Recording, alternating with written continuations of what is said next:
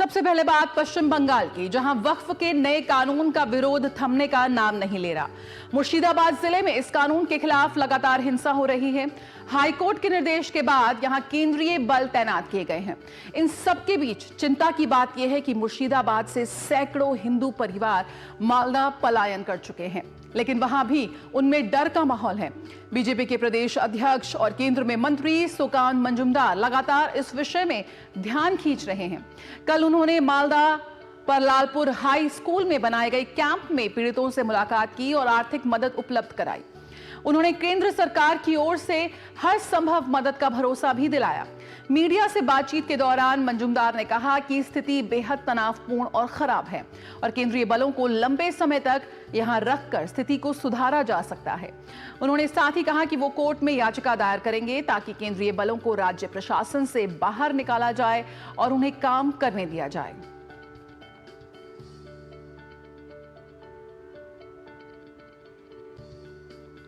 इज्जत लूटने की कोशिश हुई, कपड़े खींच लिए गए, जला देने, जिंदा जला देने की कोशिश हुई, छोटे से बच्चे के यहाँ पे पकड़ के मारने की कोशिश की गई। इस तरीके के भयंकर घटनाएं घट रही है, जो बांग्लादेश जैसी स्थिति पश्चिम बंगाल ने ममता बनर्जी ने बना के रख दिया है। अभी हमारी मांग है शांति की स्थापना हो, स्टेट गवर्नमेंट वो एक्टिव एक्शन ले और सेंट्रल फोर्सेस को यहाँ पे तैनाती करे और भी ज्यादा करे।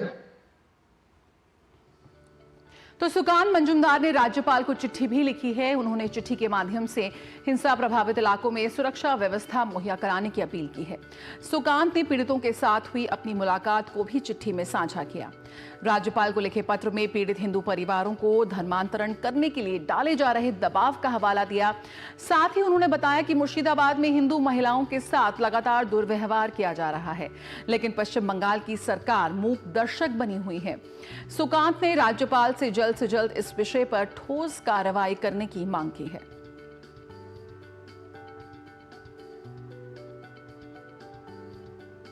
तो यहां पर सुकान मंजुमदार ने राज्यपाल को एक पत्र लिखा है और जो लगातार हिंसा का जो दौर वहां चल रहा है उस पर तुरंत कार्रवाई करने का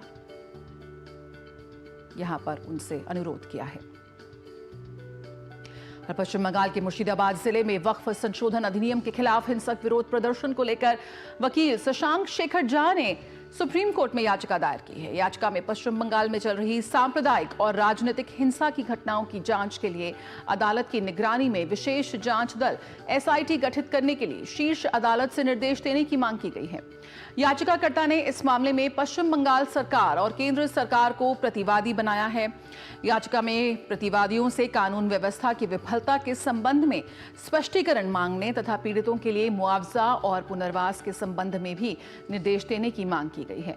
याचिका में वर्तमान में प्रभावित लोगों के जीवन और स्वतंत्रता की सुरक्षा सुनिश्चित करने और आगे स्थिति और बिगड़ने से रोकने के लिए निर्देश देने की भी मांग की गई है।